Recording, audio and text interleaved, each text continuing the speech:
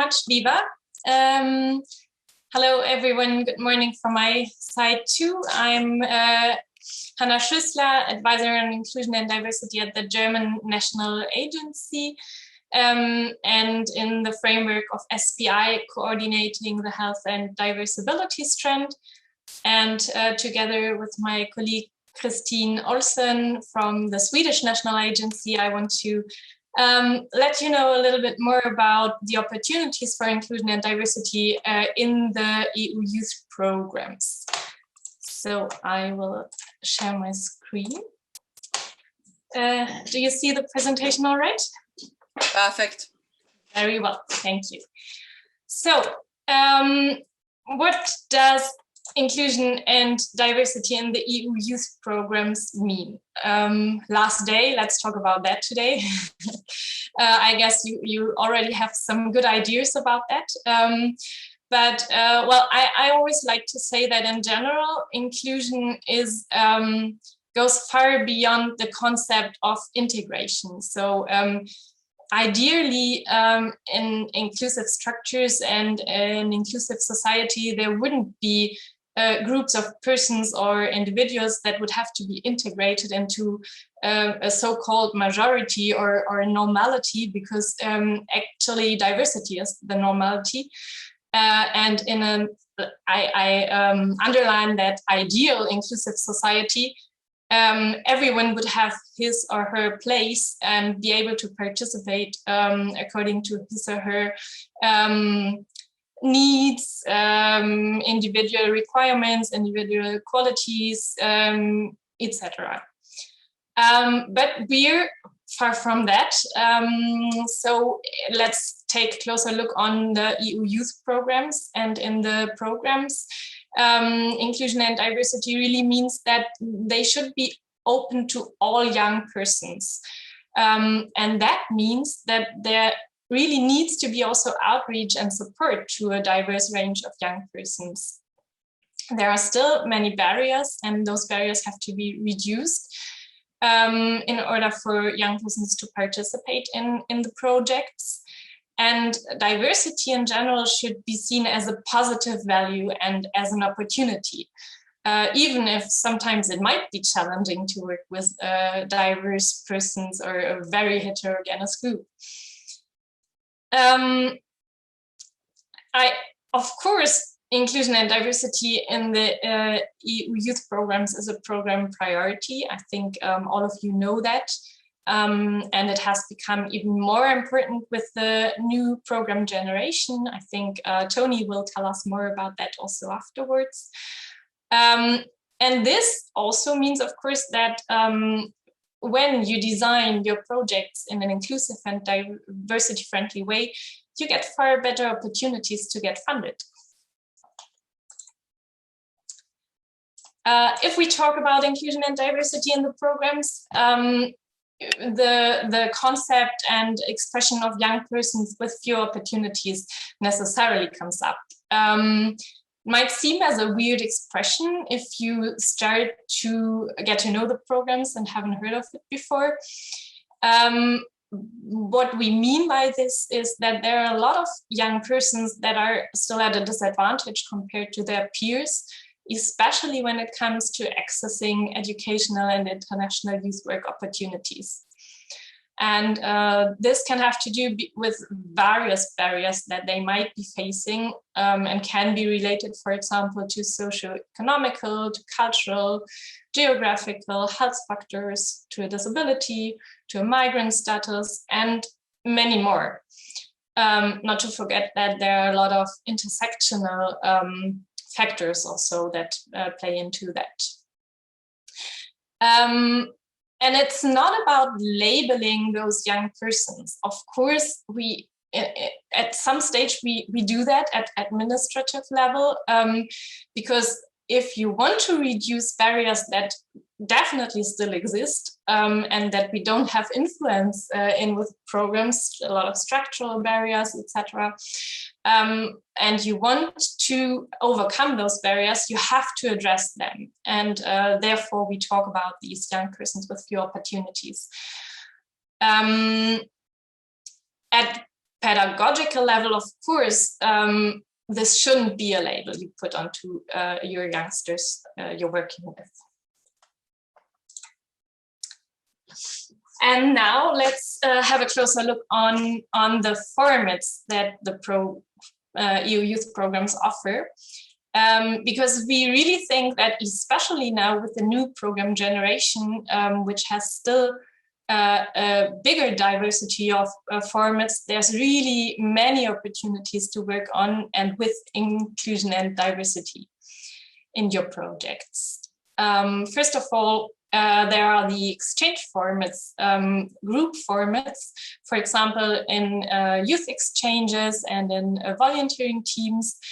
And these project formats really offer a really good opportunity to enter international youth projects for young people that might not be that confident yet, that might not have a lot of time to work in international youth work. So you have short project formats, projects in a group, where they can even take part with friends, for example. And these formats are quite flexible, so that you can adapt your project really to the needs of your group and the individuals participating.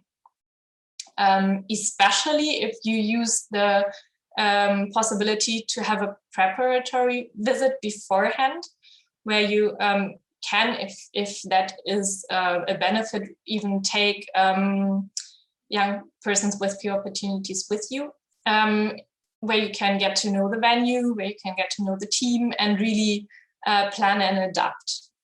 And then last but not least, at least for a part of the group of a youth exchange or volunteering team, you can organize the project in their local contexts, so they can get to know international youth work, but can still be where they feel comfortable, familiar, very close to home. Maybe also as a first step to enter international projects, and then as a next step go cross borders. Also volunteering projects. For volunteering projects, there are mechanisms that make them quite accessible. For example, in individual volunteering projects in the framework of the European Solidarity Corps, you can start projects even with a duration from only 2 weeks for young persons with disabilities, with few opportunities in general, I'm sorry. I think this is quite, there are not a lot of volunteering programs that offer this possibility, and it's really also a very low threshold entry rate for young persons. And you can even get funding for reinforced mentorship and offer very close accompaniment to the young persons volunteering in your organization or in your project.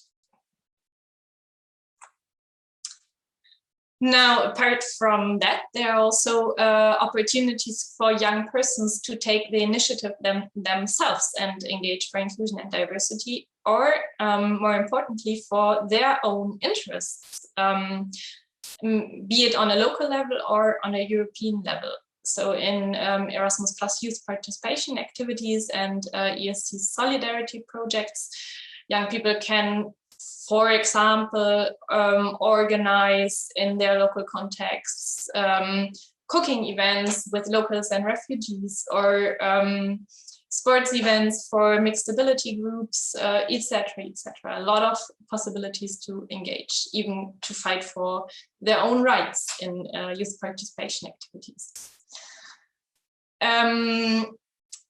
There's also in Erasmus Plus many options to organize capacity building projects on the topic of inclusive and diversity sensitive youth work, for example, through mobility projects for youth workers.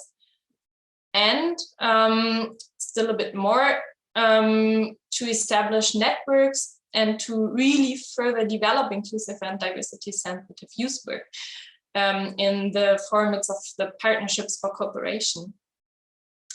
And we are very happy about a new format in this context as well, the small-scale partnerships, because we believe that those offer a very low threshold entryway also for organizations into the programs.